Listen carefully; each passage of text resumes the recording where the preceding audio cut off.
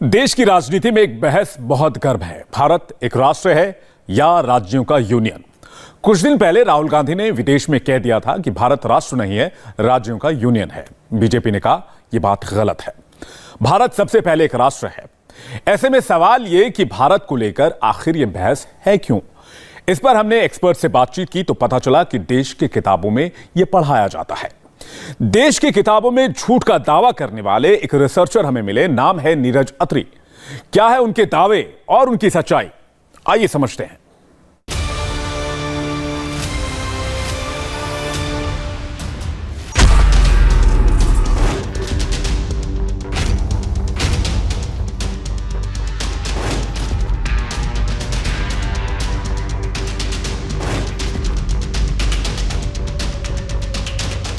देश में एनसीईआरटी की किताबें क्वालिटी का पैमाना है।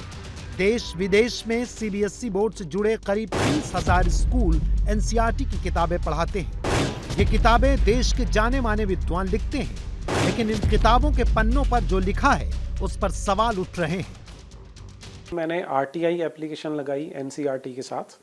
ये लगभग 110 एप्लीकेशंस थी ऐसी, जिसमें मैंने ये मांगा था कि जो आपने इतिहास की पुस्तकों में डाला है, जो हमारे बच्चे पढ़ रहे हैं, उनका मूल आपको कहाँ मिलता है, कहाँ से आपने उसे उठाया और किन्होंने उसका ट्रांसलेशन किया, इसकी हमें कॉपी दी जाए। तो उन्होंने सारी की सारी एप्लीकेशंस का जो जवाब दिया, उसमें उनका कहना था कि हमारे पास इनके कोई भी रिकॉर्ड्स अवेलेबल नहीं है। वो पहला इंडिकेशन था कि इसमें कुछ ना कुछ गलत है। तो उसके बाद फिर जब मैंने इनको ओरिजिनल डॉक्यूमेंट्स के साथ तुलना करने शुरू किया, तब समझ में आया कि वाकई इतिहास गलत पढ़ाया जा रहा है। और फिर वो रिसर्च मैंने लगभग 6-7 साल रिसर्च करने के बाद यहाँ जो Punjab and Haryana high court है, उसमें पिटिशन फाइल की थी कि ये इनमें जो गलतियाँ हैं इनको सुधारा जाए। तो माननीय जो उच्च न्यायालय है, उन्होंने कहा था कि आप यही पिटिशन एनसीईआरटी को भेजें और यदि वो सुधार नहीं करते हैं तो आप हमारे पास वापस आ सकते हैं। लेकिन एनसीईआरटी ने इनमें आज तक कोई सुधार नहीं किया है। इन किताबों में किन बड़ी गलतियों का दावा किया जाता है और उनका सच क्या है, ये भी समझिए।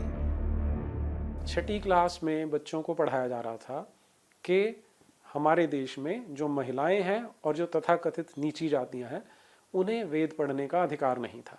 तो आप यदि कल्पना करके देखें कि कोई ऐसा समाज जो महिलाओं को वेद लिखने तो देता है लेकिन वेद पढ़ने नहीं देता, तो ये अपने आप में ही कितना मूर्खतापूर्ण है। लेकिन फिर भी ये बच्चों को पढ़ाया जा रहा था। लेकिन अब इसी वर्ष, इसके 2022 में एनसीईआरटी ने एक एडवाइजरी निकाली है, जिसके अनुसार इसे यहाँ से इन बुक्स में से निकाला जा रहा है। अब अमीर खुसरो तो आया था 13वीं-14वीं शताब्दी में। 9वीं-10वीं शताब्दी में जब महमूद गजनवी आया, तो उसके साथ उसका अपना एक दरबारी इतिहासकार था जिसका नाम था अल-बेरूनी। उसने एक किताब लिखी है जिसका नाम है किताबुल हिंद।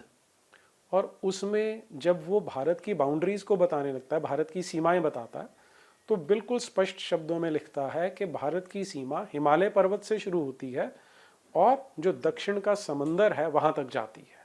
तो आप अनादिकाल से देख लें, जितने यहाँ पर यात्री आ रहे हैं वो अपने संस्मरणों में यही बताते हैं कि उत्तर में हिमालय से लेकर दक्षिण में समंदर तक भारत की सीमाएं हैं।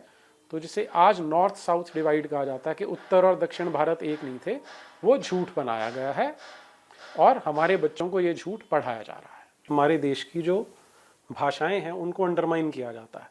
उनको ऐसा दिखाने की कोशिश की जाती है कि जैसे मानो एक टूटा हुआ देश था, संगठित नहीं था और उसमें अलग अलग भाषाएं चलती थी, प्लस कि जो संस्कृत है वो इस देश की भाषा नहीं है। ये सबसे पहला मैसेज बच्चों को जाता है।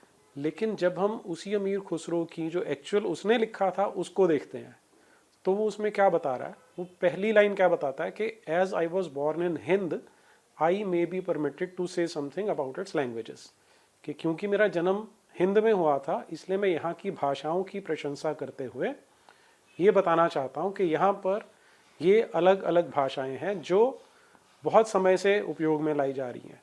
लेकिन जो सबसे खास बात वो बोलता है कि इन सारी भाषाओं से एक अति विशिष्ट भाषा है जिसका नाम है संस्कृत, और जो सबसे पुरानी है और उसको यहाँ पर अनादिकाल से उपयोग में लाया जा रहा है। तो अगर आप ओरिजिनल डॉक्यूमेंट को एनसीईआरटी से कंपेयर करते हैं तो आपको वहीं दिखाई दे जाता है कि यहाँ पर कुछ चालबाजी करके एक गलत इंप्रेशन क्रिएट करने की कोशिश की जा रही है।